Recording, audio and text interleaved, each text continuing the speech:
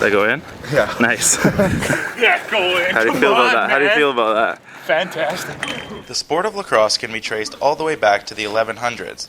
The sport was originally played outdoors, but the indoor version of the game, known as box lacrosse, caught on mostly in Canada in the 1930s. The same decade, local professional leagues were established in BC and Ontario. A National Lacrosse League began across Canada and the US in 1986. 2 name changes later, the league became known as it is today, the National Lacrosse League. Although lacrosse was named Canada's national summer sport in 1994, the game is mostly popular in BC and Ontario exclusively, although Alberta is slowly catching up. I forgot all my moves. Yeah, I think it's cultural, right? I mean, it starts with little kids at the mini tyke level who get a stick shoved in their hand before they can walk. It's geography more than anything, and it's hard to get other provinces with maybe less population to have this type of competition and the organization that BC and Ontario have. The NLL first came to the Lower Mainland in 2002 when the Vancouver Ravens began their short 3-season stint. After the 2004 season, the team folded due to arena issues and unstable ownership, and fans of the game waited nearly 10 years to get a team back, which begs the question, what took so long? It was really just finding the right ownership group that was willing to come in, and do it under the right kind of economic conditions, so that you can make it last, so you're not here for a year or two and then face the same fate that the Ravens face. Even with all those things in place, it's going to take a little bit of time to really get people back. The new team is called the Vancouver Stealth, although they play out of Langley, which has led to some criticism that they are too far away from the city.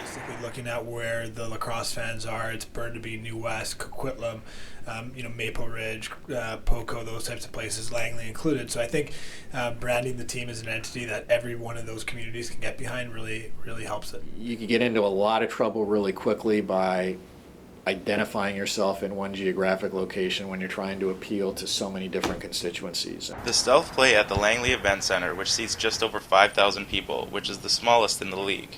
It changes the revenue model of the club for sure, but what it does is it creates a real intimate environment. It allows us to have a more direct interaction and engagement with our fans. Anything that you could ever ask for out of a big building, say like Rogers Arena or whatever the case is, the Langley Event Center can do that.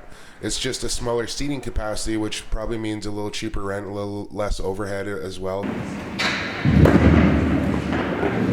Lacrosse fans in the Lower Mainland were rewarded for their patience January 11th, when the Vancouver Stealth played the first regular season NLL game in BC in almost 10 years in front of a sold-out Langley Event Center. It was great. There was a lot of familiar faces in the stands. The place was electric. It was just it was a good atmosphere, and it felt like home. Excitement. I think obviously BC and the Lower Mainland specifically is a huge lacrosse hotbed. The BC Lacrosse Association has got a strong database, and there's a huge community out here that really cares about the sport.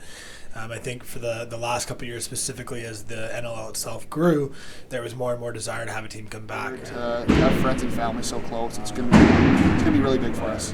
Most people involved in the game believe that the team will eventually look to move into the city, but they insist that they are in no hurry. The important thing is filling the 52-76 that we can here, and worrying about that right now. And I think that in itself will take some time, and developing that fan base in the Lower Mainland. They would be silly not to, but I think that the main thing is to get that stability first and make sure that the want is there. You want to look at not a 1-year pattern, but a 2-year pattern of being full and not being able to get everybody in the building to expose the game to the fans that want to see it before we made that decision. There, it's a bit of a fine line for the LEC. Of course, they want to sell out every game, but knowing that if they do that, then the demand for a bigger building is probably going to come down the road.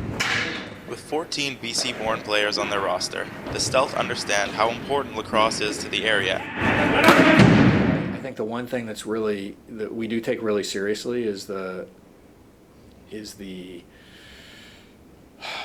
I guess the burden. It's not really in a negative term, but the burden of being the group that brings the NLL back to Vancouver, and we take that really seriously. And We want to be involved in the community. We want to be involved with the minor associations, and we want to do it in a way so that they don't feel like we're telling them what to do. In the end, NLL lacrosse is finally back in the Lower Mainland where it belongs.